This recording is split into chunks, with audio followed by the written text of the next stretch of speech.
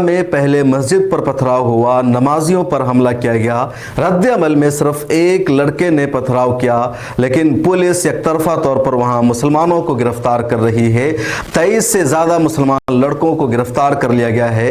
5 खवातीन शामिल है। 2-3 ऐसे लड़के को भी पुलिस ने गिरफ्तार कर लिया है जो उस वक्त वहां था ही नहीं, बल्कि वो लड़के कहीं और काम कर रहे थे और उनका इससे कुछ लेना देना नहीं है। दूसरी तरफ बहुसंख्यक समाज के लोग जो शोभा यात्रा में शामिल थे, जिन्होंने मस्जिद के सामने हंगामा किया, मस्जिद पर पथराव किया।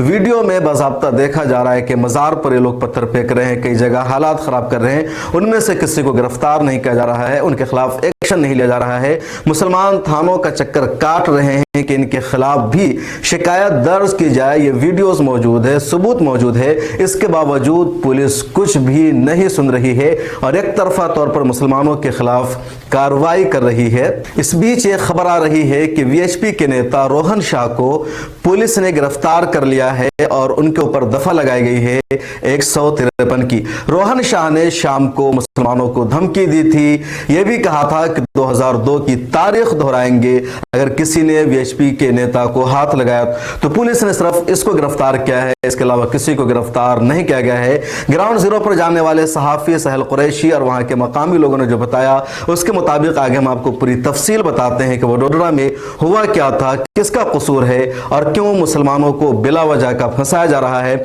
इसके अलावा पुलिस का जो शर्मनाक चेहरा सामने आया है वो और ज्यादा हैरान कर देने वाला है। दरअसल 30 मार्च को वडोदरा में शोभा यात्रा निकल रही थी फतेहपुर मोहल्ला से।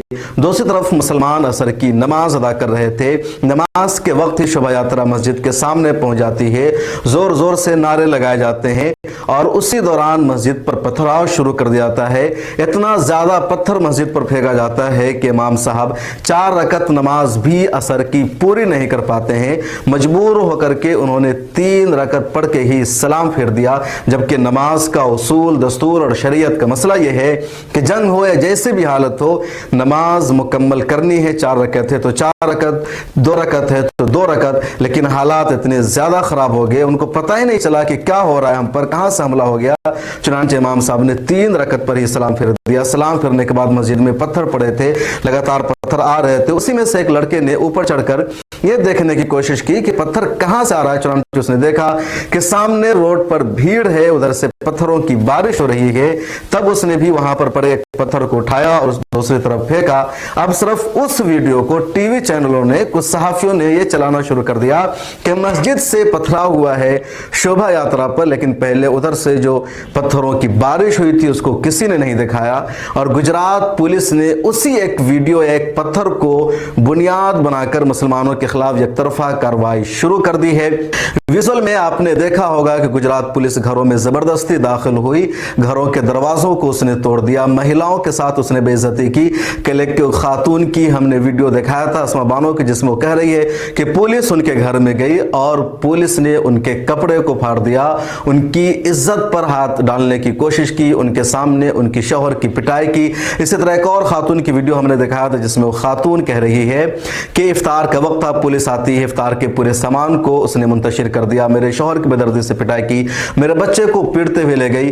कई लड़कों ने छतों से छलांग लगा दिया, कई लोग इधर उधर जाने लगे, पूरा अफरा तफरी का माहौल था। लेकिन बात यहीं तक नहीं है। सहल कुरैशी ने वहां की खवातीन से बातचीत की तो उसमें कुछ खवातीन ने यह भी कहा कि गुजरात पुलिस शराब के नशे में मस्त थे, वो शराब पी कर आए हुए थे और यहां आकर के उन्होंने बदतमीजी की, औरतों के साथ उन्होंने सेक्सुअल हरकत करने की कोशिश की, वहां पर पेशाब भी कर दिया एक पुलिस एहलकार ने। यह बात कोई मैं ऐसे नहीं कर रहा हूं, बल्कि आप खुद ही सुन लीजिए। मेरे को कहता है तुम चले ज्यादा होशियारी मत मारो, मैं तो तुमको भी बैठा दूंगा। हमारे घर पे तो मुद के ये लोगों पे शोभा देता है। पुलिस वाले हैं हमारी रक्षा के लिए, वही हम पे इतना अत्याचार कर रहे हैं।